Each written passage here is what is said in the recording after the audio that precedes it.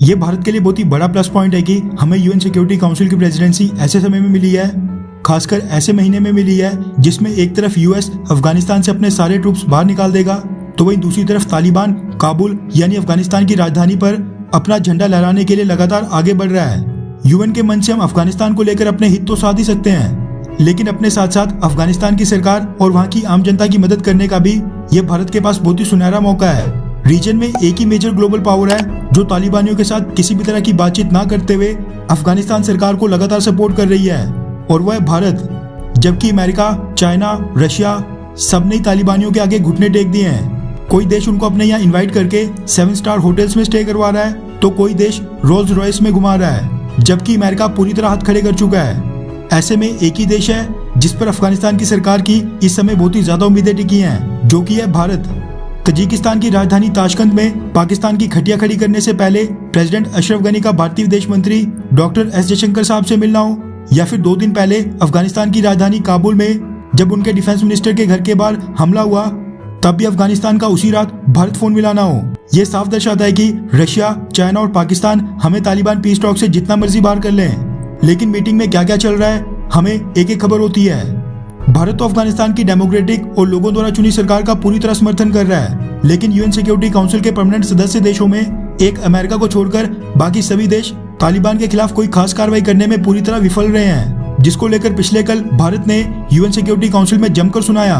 अफगानिस्तान के मुद्दे पर जो भारत ने यूएन सिक्योरिटी काउंसिल ब्रीफिंग बुलाई थी, उसमें भारत का पक्ष रखते हुए permanent representative of India to UN T S Tirumurti साहब ने बोला, यूएन सिक्योरिटी काउंसिल को अफगानिस्तान के बिगड़ते हालातों की एक बार फिर से समीक्षा करनी चाहिए। अगर पीस प्रोसेस को सक्सेसफुल यानी सफल बनाना है, तो फिर तालिबानियों को वायलेंस यानी हिंसा छोड़नी होगी। अल-कायदा और बाकी आतंकवादी संगठनों के साथ अपने संबंध पूरी तरह खत्म करने होंगे और पॉलिटिकल सॉल्यूशन निकालने में अपनी भागीदारी पूरी तरह देनी होगी। वायलेंस यानी हिंसा के दम पर तालिबान नेगोशिएशन टेबल पर अपनी पोजीशन स्ट्रॉन्ग करने और अफगानिस्तान में पावर को हथियाने में लगा है, ये बिल्कुल नहीं हो सकता है। टीएस तिरुमूर्ति साहब ने आगे कहा कि अफगानिस्तान के पड़ोसी देश होने के नाते वहाँ के बिगड़ते हालात भारत के लिए बड़ी चिंता का विषय हैं। भारत ने आगे कहा कि यूनाइटेड नेशंस यानी संयुक्त राष्ट्र को अब लीड रोल प्ले करना चाहिए। साथ में भारत ने यूनाइटेड नेशंस के सेक्रेटरी जनरल से भी कहा कि अफगानिस्तान में लॉन्ग लास्टिंग और ड्यूरेबल आउटकम के लिए वो कोई इनिशिएटिव लें। इसी के साथ भारत ने तालिबान को एक बार फिर से चेतावनी दे दी कि अगर अफगानिस्तान में तालिबान रजीम आ भी जाता है, तो लेजिटिमेसी यानी जब तक उसको बाकी देश वैधता नहीं दे देंगे, तब तक उसको इंटरनेशनल कम्युनिटी से ह्यूमैनिटेरियन और डेवलपमेंटल असिस्टेंस कभी नहीं मिलेगी। भारत ने अपनी स्टेटमेंट्स में इस बात पर जोर दिया कि अब United Nations, UN general secretary समेत सारी इंटरनेशनल कम्युनिटी को अफगानिस्तान के लॉन्ग लास्टिंग सॉल्यूशन के लिए दोबारा से एफर्ट्स बढ़ाने चाहिए,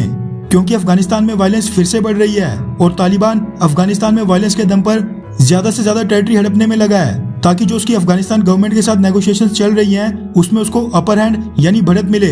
वैसे भारत इस तरह यूनाइटेड नेशंस में बाकी देशों को जितना मर्जी सुना ले, लेकिन सच तो यही है कि तालिबानियों को रोकने के लिए उन पर सैन्य कार्रवाई करना ही आखिरी ऑप्शन है। बातों से अगर तालिबानी मान जाते तो इतनी हिंसा तो कभी होती ही नहीं। इसलिए भारतीय सरकार को भी अफगानिस्तान सिक्योरिटी फोर्सेस को हथियार या किसी और तरीके से सपोर्ट करना ही होगा, वरना तालिबान अगर एक बार अफगानिस्तान की राजधानी काबुल पहुंच गया तो सबसे बड़ा खतरा भारत को ही होने वाला है, क्योंकि रीजन के बाकी देश तो उसके साथ बातचीत में शामिल हो गए हैं। वैसे आपको क्या लगता है कि तालिबान पर भारत की वेट एंड वॉच पॉलिसी बिल्कुल ठीक है,